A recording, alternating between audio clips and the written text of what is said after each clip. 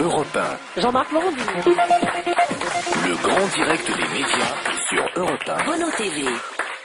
Avec Frédéric Bono qui nous a donc rejoint. Et Frédéric, vous revenez à votre façon sur ce qui s'est passé hier soir chez Frédéric Taddeï. On en a parlé à 11h au début de cette émission. Tout à fait, Jean-Marc, parce que c'est intéressant à plus d'un titre. D'abord, c'était la rentrée de Ce soir ou jamais. C'est pas tout à fait anodin, c'était la première, comme par hasard.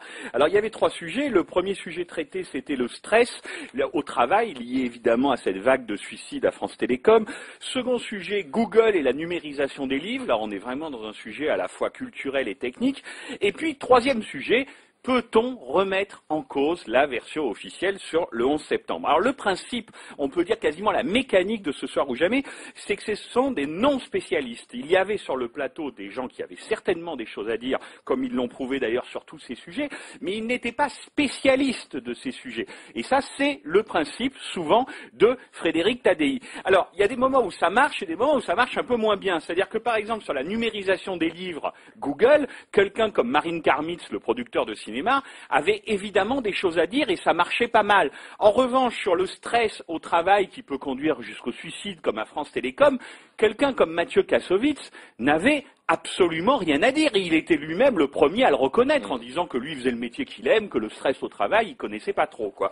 Donc ça donnait déjà une ambiance bizarre et c'est à la fois la grande qualité et aussi parfois le défaut de cette émission, c'est qu'on voit un animateur, Frédéric Taddeï en l'occurrence, en train littéralement, passez-moi l'expression Jean-Marc, mais c'est une expression de métier, de ramer. C'est-à-dire que des fois, vraiment, il n'arrive pas à avoir une discussion fluide avec ses invités et il rame.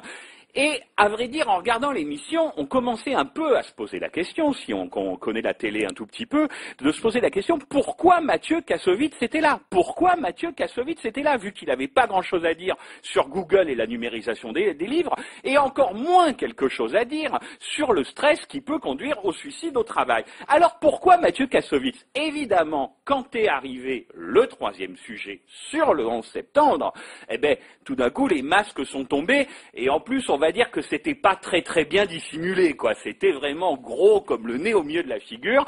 C'est-à-dire que Mathieu Kassovitz n'était là que pour une chose, c'est nous faire son numéro, se lâcher sur tout ça ne tient pas debout. C'est ça, qu'il a dit. Et alors en plus, il l'a dit de façon un peu coteleuse. C'est-à-dire que comme il veut pas complètement non plus se faire accuser d'être un nouveau Thierry Messant, il dit on peut s'interroger, on peut pas laisser passer ça comme ça, etc., etc. Mais là, le malaise sur le plateau commençait à devenir perceptible parce qu'il disait des choses littéralement énormes. Et Frédéric Taddeï ne le reprend pas lui-même, mais donne la parole au producteur de cinéma, Marine Karmitz. Et Marine Karmitz va dire à Mathieu Kassovitz ce que je pense profondément, ce qui, hélas, est l'évidence, mais il va lui dire, on va dire de façon un peu abrupte. Écoutez, Jean-Marc.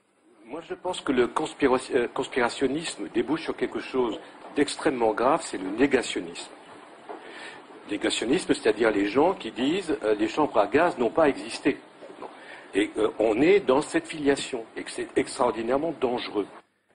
Vous voyez? Ouais. Et le résultat, Frédéric, c'est un énorme malaise sur le plateau. Énorme malaise sur le plateau, parce qu'évidemment, Mathieu Kassovitz dit, mais comment ça, on me traite de négationniste? Jamais de la vie. Encore une fois, sur le fond, Marine Karmitz a raison, parce qu'il y a eu un nombre de livres et de documentaires qui nous prouvent qu'effectivement, c'est la pire extrême droite américaine antisémite qui est la plus grande partisane de cette théorie du complot. Donc il a raison, Karmitz. Mais alors là, le malaise est total, et alors on se dit, mais quand même, pourquoi ils ont fait ça? Et là, je suis désolé, c'est la première de la saison, on est en train d'en discuter dans cette émission, ça fait du buzz, on sait très bien que Ce soir ou jamais, s'il faisait de l'audience, il ne serait pas mécontent non plus, donc on se dit, finalement, tout ça était très préparé, c'était un coup monté, et quand vous posiez la question tout à l'heure, Jean-Marc, de savoir si on peut parler de tout à la télévision, j'ai envie de vous répondre que j'en suis pas si sûr, mais en tout cas, si on peut parler de tout à la télévision, ça serait bien que ça soit pas n'importe comment,